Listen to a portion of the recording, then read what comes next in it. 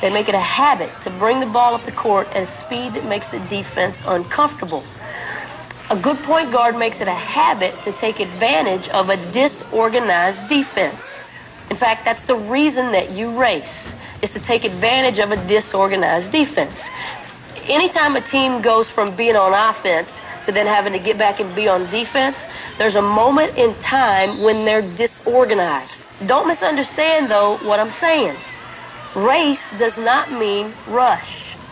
Race does not mean rush. That's not the same thing. There's a difference between racing the ball from arc to arc and just doing something fast or doing something in a hurry. It's not about getting a quick shot. Racing is not about getting a quick shot. It's about getting a good shot. It's about probing that disorganized defense to see if you can get yourself or a teammate an easy shot, a high percentage shot. That's the reason that you race. You don't race just to do something fast or to force something. You race to probe that disorganized defense, to bring the ball up the court at a speed that makes that disorganized defense uncomfortable, to see if you can find yourself or a teammate an easy shot. A good point guard will always race the ball from arc to arc. Most of the good stuff in basketball happens inside the arcs, and a good point guard makes it a habit to get the ball inside the arc as quickly as possible. And there's two ways. You can race the ball up the court. You can race the ball with a dribble, or you can race the ball with a pass up ahead to a teammate who's already inside the arc. Control. The #1 point guard commandment. Because there's nothing more important for a point guard to be than under control. But what makes you special as a point guard is being able to strike that balance between playing fast but yet always being under control. I think you should become almost arrogant about your ability to go fast and stop, about your ability to play fast and be under control. I think you should have almost an arrogance to you about those things. You should be trying to show that stuff off. But probably the #1 way to show off your control is to use dynamic jump stops. Dynamic jump stops. Anytime you can go fast with a dribble and stop under control on a dime and then make a play, you got a chance to look special. There's nothing that looks better to a good coach than to see a point guard who can race the ball up the court, pass up some defenders, get themselves inside the arc, get themselves inside the lane, and stop under control with a good dynamic jump stop. The E actually stands for a word that's an adverb. A good point guard will eagerly hunt the paint. So a good point guard has an eagerness, almost an impatience to seek out the lane, to get themselves into the paint. You can't look special without that eagerness, that enthusiasm to get yourself into the paint. Because this is where you're the most dangerous to the defense. This is the best place in basketball to make something good happen when you get to the paint.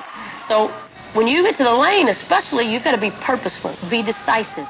Anytime you can go fast and stop with one of those dynamic jump stops that we talked about, and then take the time to huppy, pretty much anything you do after that huppy, you've got a chance to look special. You've got a chance to stand out and look like you really know how to play. The second C in race car stands for the word cleverness. Good point guards, especially good small point guards, understand that the essence of the game is deception. They're very tricky. They're very unpredictable. They're always fooling defenders. And they take great pleasure in their ability to do so. This is another one of those things I think you should try to be showing off in your game. It's another one of those things to be proud of as a point guard, is your ability to be deceptive on the basketball court, your cleverness on the basketball court. The next A in race car stands for the word arums. And arums is just a play on the word arum. Arum, meaning getting a defender in the air, getting a defender to leave their feet. The great thing is when a defender leaves their feet to block a shot or to block a pass, they're completely defenseless. You can lean into them and get a foul or get an and one. All kinds of passing angles open up. They take themselves out of position. A lot of times you can create space and time to get your shot off. So If you can make ARMs a habit in your game, that's a great way to make yourself look special and stand out. And the last letter in race car, the R, stands for the word reminders. This is one of the most overlooked skills that I think every great point guard, every great leader possesses. If you give reminders, your teammates will play better. At any given point in a game or in a practice, there are at least 20 to 30 things that you could say that would make your teammates play better. A lot of players like to say, well, Coach D, that's just really not my style. I mean, I'm not really that kind of a vocal leader. I prefer to lead by example. Well, if the only way you lead is by example, then you are a very poor leader. Because we just said at any given point, there's a whole bunch of things that you could say that would make your teammates play better. If you're not saying those things, you're a very poor leader. I don't care what you do with your example.